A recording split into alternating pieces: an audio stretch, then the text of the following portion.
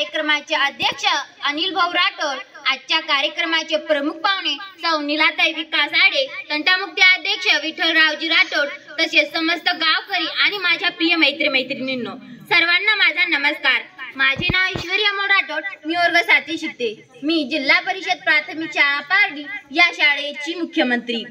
मित्र, आज 17 सप्टेंबर अर्थात मराठवाडा मुक्ती संग्राम दिन हा दिवस साजरा करण्यासाठी आपण सर्व इथे जमलो आहोत व हा दिवस अभिमानाचा, शौर्याचा आणि स्वाभिमानाचा सोनेरी क्षण आहे, म्हणून आपण हा दिवस साजरा करत आहोत। मित्र, आपल्या सर्वांनाच माहित आहे 15 ऑगस्ट 1947 रोजी आपला भारत देश इंग्रजांच्या ताब्यातून आझाद झाला, पण मराठवाडा हा निजामांच्या गुलामगिरीत होता। निजामांचा मराठ्यांना फार त्रास सहन करावा लागत होता। भारत आझाद झाला तेव्हाही मराठवाडा निजामांच्या गुलामगिरीत होता। ही किती दुःखद गोष्ट आहे, पण त्या क्षणी आपल्या भारतातील मराठवाड्यातील शूरवीरांनी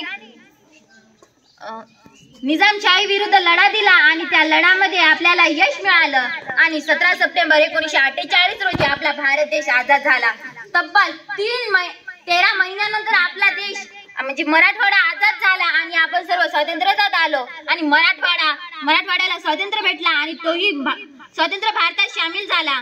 मित्र, कित्येक तरी थोर पुरुषांनी आपल्या मराठवाड्याला आझादी देण्यासाठी आपले प्राण गमावले आणि तेच प्राण्यामुळे आपण आज स्वतंत्र शोषण घेत आहोत। हे फक्त त्यांचेच बलिदान आहे। आपण इंटरनेट, फेसबुक या जगामध्ये जगत आहोत, पण आपण कधी त्या थोर माणसांविषयी कृतज्ञता बाळगली आहे? त्यांचं स्वप्न, समाज घडवण्याचं स्वप्न आपण कधी बघितलं आहे? ते पूर्ण करायची इच्छा आपल्या मनामध्ये बाळगली आहे? नाही, पण ते आपण पूर्ण केलं पाहिजे, आपल्या स्वतःमध्ये ते उतरवलं पाहिजे। मित्र, आपल्या आयुष्यातलं प्रत्येक दिवस हा आपल्यासाठी आहे, पण आपल्या आयुष्यातलं एक दिवस आपण त्या थोर पुरुषांना देऊया आणि आज त्या थोर पुरुषांचे जीवनचरित्र आपण वाचूया आणि आपल्या जीवनामध्ये समर्पित करूया। मित्र, मला इथे प्रस्तावना मांडताना फार आनंद होत आहे। मुख्याध्यापक आणि माझ्या वर्ग शिक्षकांनी मला प्रस्तावना मांडण्याची संधी दिली, म्हणून मला फार आनंद होत आहे।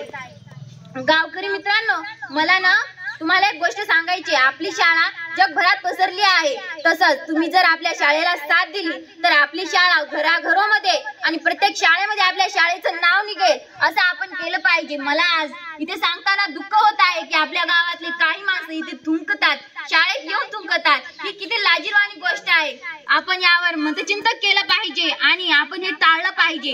शाळा हे ज्ञानाचं मंदिर असतं हे आपण म्हणतो, तर तसंच आपण मंदिरात जातो तर चपला काढून जातो, तसंच आपण शाळेत चपला घालून येतो। पण या मातेला एकदा तरी नमन केलं पाहिजे, जे आपण या शाळेतून शिक्षण घेऊन जात आहोत ते फक्त या कारणामुळे। आणि मित्र, सर्वप्रथम मी तुम्हाला मराठवाडा मुक्ती संग्राम दिनाच्या खूप खूप शुभेच्छा देते आणि शेवटी एवढंच म्हणते, ज्या शूरवीरांनी बलिदान दिले आपल्या देशासाठी, ज्या शूरवीरांनी बलिदान दिले आपल्या देशासाठी, त्यांना एकदा तरी आठवण करा आणि त्यांना नमन करा। धन्यवाद।